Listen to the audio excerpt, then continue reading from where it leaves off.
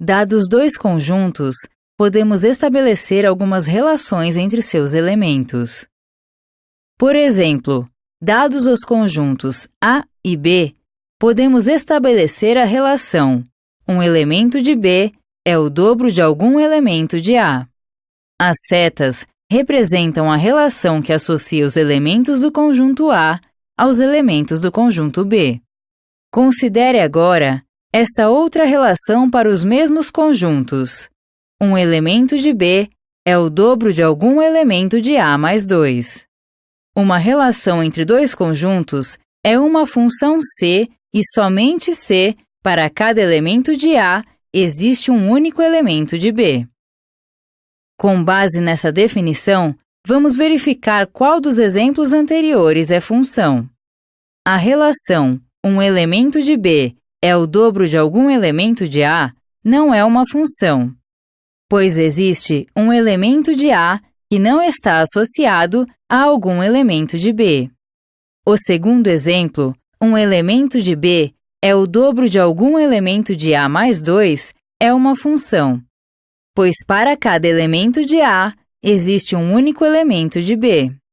Nesse caso, o conjunto A é chamado domínio da função e o conjunto B contradomínio da função. O subconjunto de B, formado por todos os elementos que estão associados a pelo menos um elemento de A, é denominado conjunto imagem da função. Além deste diagrama, existem várias formas de representar uma função. Uma delas é por meio de uma tabela. Podemos ainda representar a função em um gráfico no plano cartesiano. Os elementos do domínio são representados no eixo X ou eixo das abscissas, e os elementos do contradomínio no eixo Y ou eixo das ordenadas. Também é possível representar a função por uma equação, utilizando para isso as mesmas variáveis x e y. Geralmente, utilizamos letras para dar nome às funções.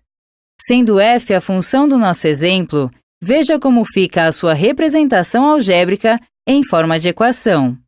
É importante perceber que f de x é uma forma de representação da imagem do elemento x. Então, no nosso exemplo, a indicação f de 3 é igual a 8 significa que, na função f, 8 é a imagem de 3.